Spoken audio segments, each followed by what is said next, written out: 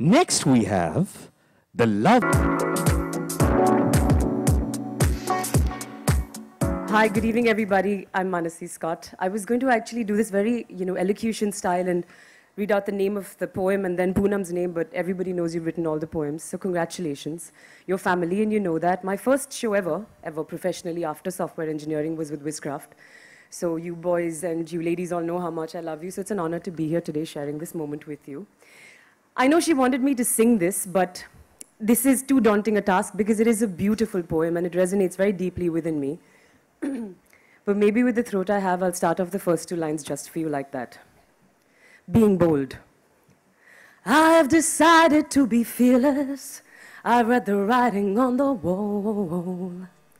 I'm going to delve down deep within myself with my passions to recall. How easy it has been to let myself slide and behind the cloak of excuses continue to hide. I need to be inspired to bring forth my best. So who will mentor me? Whom can I request? For if each drop, as they say, does an ocean make, I must trudge regardless, not let my resolve shake. The world out there leans on who inspire. So my search is seriously on for someone I admire. The list is long of those whose guidance I could seek. This is my chance to be bold, not meek. Within each one of us lies a talent so unique. It just needs to be exposed, given a little tweak. Yet ever so often, I have been quick to judge, harboring stereotypes that refuse to budge. Letting the shallow and external cloud my mind. Like many others, I've sometimes been unkind. And ignored those who didn't seem to fit, falling short of expectations, I must admit. But today, I desire to show off my best. I realize that this could be every person's quest. As I grab this opportunity with both my hands, I shall look for the one who truly understands that it's time and circumstances that do decide what comes forth, what stays hidden inside. And as my mind and spirit desire to unite, I think I might have understood every introvert's plight. Thank you. Mansi, you are singing, so I'm going to sing two lines for you. You're just too good to be true. Can't take my eyes off you. After that, I don't know the next line. But pardon the way that I stare. There's nothing else to compare. The thought of you makes me weak. Actually, I could be singing the song too. Poonam, this poem was for me. Thank you so much. It's been a wonderful evening for me. Thank you. And you know what? I have to tell you that honestly, when I was talking to Poonam, she selected the... And I always thought of him as a brilliant businessman, an aggressive marketer. But I never accused him of being a well-read intellectual. So when he called me and told me, that, my wife has written a book, a series of poems, can you read them? My first reaction was, but then I read the book. And I was fascinated by the poems that Poonam wrote. We are human beings. We are essentially driven by emotions. But a very, very tiny group amongst us human beings can actually understand the emotions that we experience and we live. And in that very tiny group, there's an even more tiny group which can actually translate those emotions into simple words and pithy lines and communicate those emotions in a few short seconds to someone they don't even know. I may have agreed to read this book, Poonam, I may have agreed to read this book because of Sabas, but I'm here on stage reading this poem because of you. I'm fascinated by your poems. Okay, so this is a dash, and I'm not going to make a dash through it. I'm going to try my best to read it well. A dash. As I sit down and contemplate the complexities of life, the stereotypes, the paradoxes, the struggles, the strife, the joys and happiness with tears galore, what do I really want? Why do I crave for more? I am but a dash in the journey of life, a gap to be filled between birth and afterlife. So must I make many memories vivid and bright? or just let my imagination run and my dreams take flight. There is no perfect life, but some moments do define things that make me happy, with which I must align. Can I then embrace pleasure without any guilt, believing in the convictions that for myself I have built? What makes me want more when I can make do with less? What fuels this greed? Listen to this line. What fuels this greed within me is anybody's guess. Why can't I just bask in the familiarity of my ways? Why do I keep yearning for more adventurous days? My head often plays games with me, overriding what only the heart can see.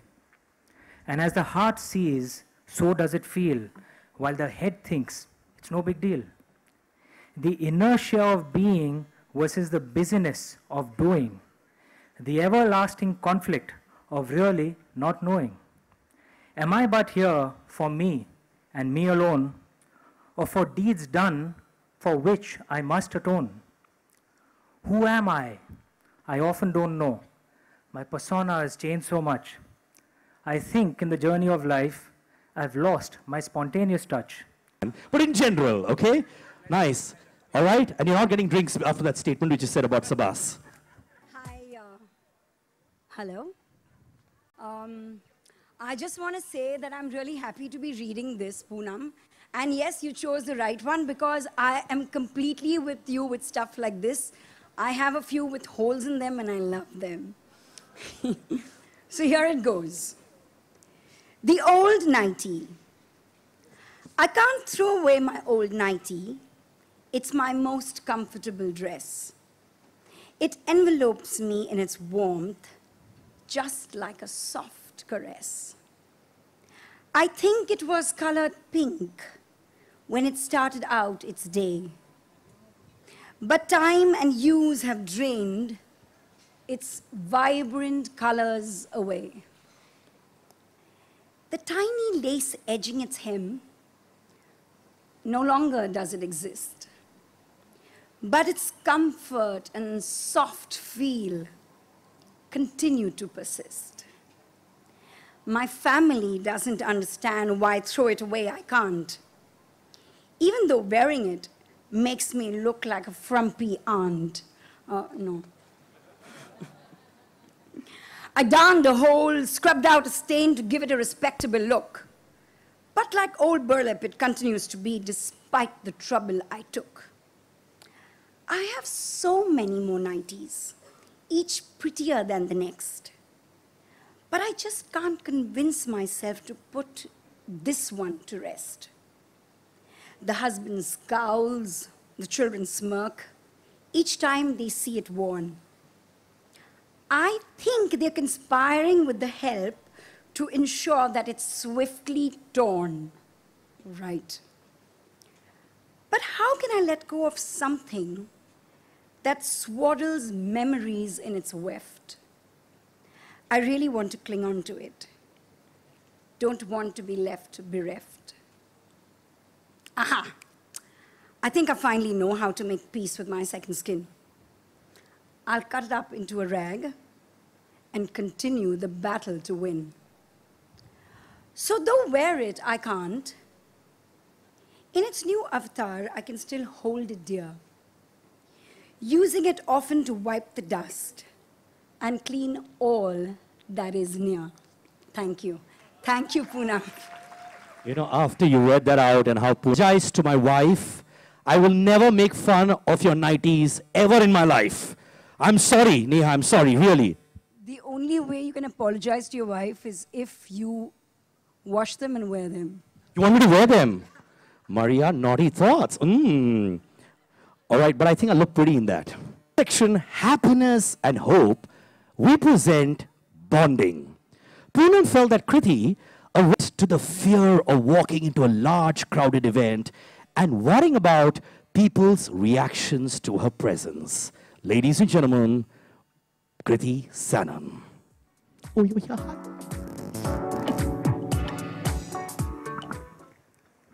Hi, everyone. Firstly, congratulations, Poonam ma'am. I actually used to write poems back in school and college, and I know how much thought actually goes in to writing each and every line, and the happiness that you get after completing one full poem.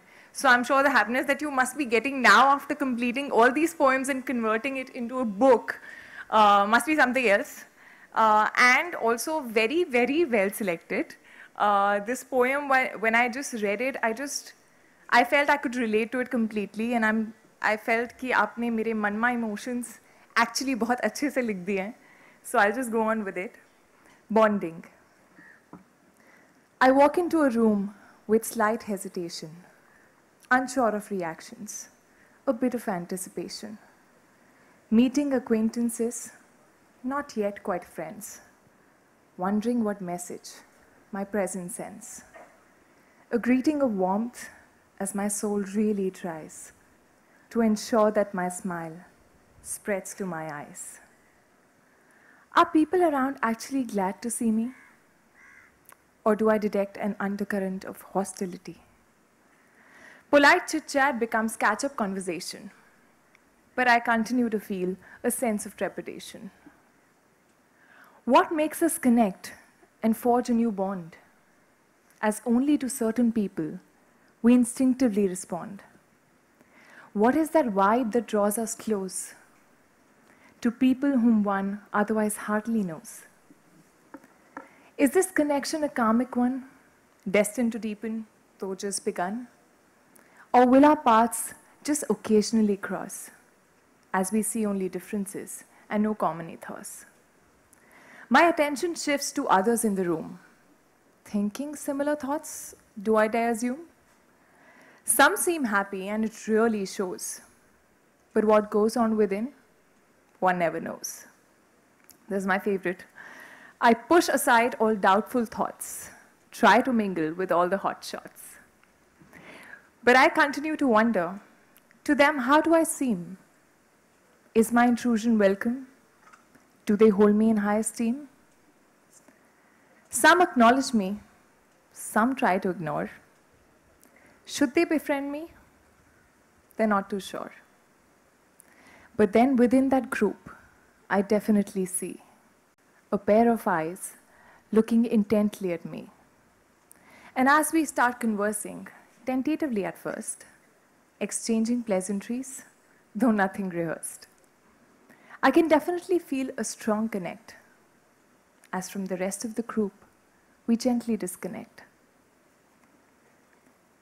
and find a quiet spot amidst the banter and noise, judging each other while maintaining our poise. And then somehow, there's an unspoken attraction. Like old friends, we have a similar reaction. And I stop in amazement as I excitedly think, I've made a new friend. There's definitely a link. And in that singular moment, I begin to relax, happy to be away from at least a few quacks.